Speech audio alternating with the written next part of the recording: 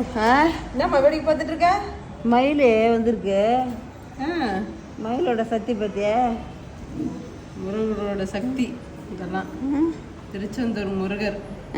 திருச்செந்தூர் முருகன் ஒரு வீட்டு மேலேயே வர்றாரு பாரு, வீட்டு மாடியில் நம்ம கண்ணு எதிராக வந்து பொறுக்குது. ம், 3 மைல்.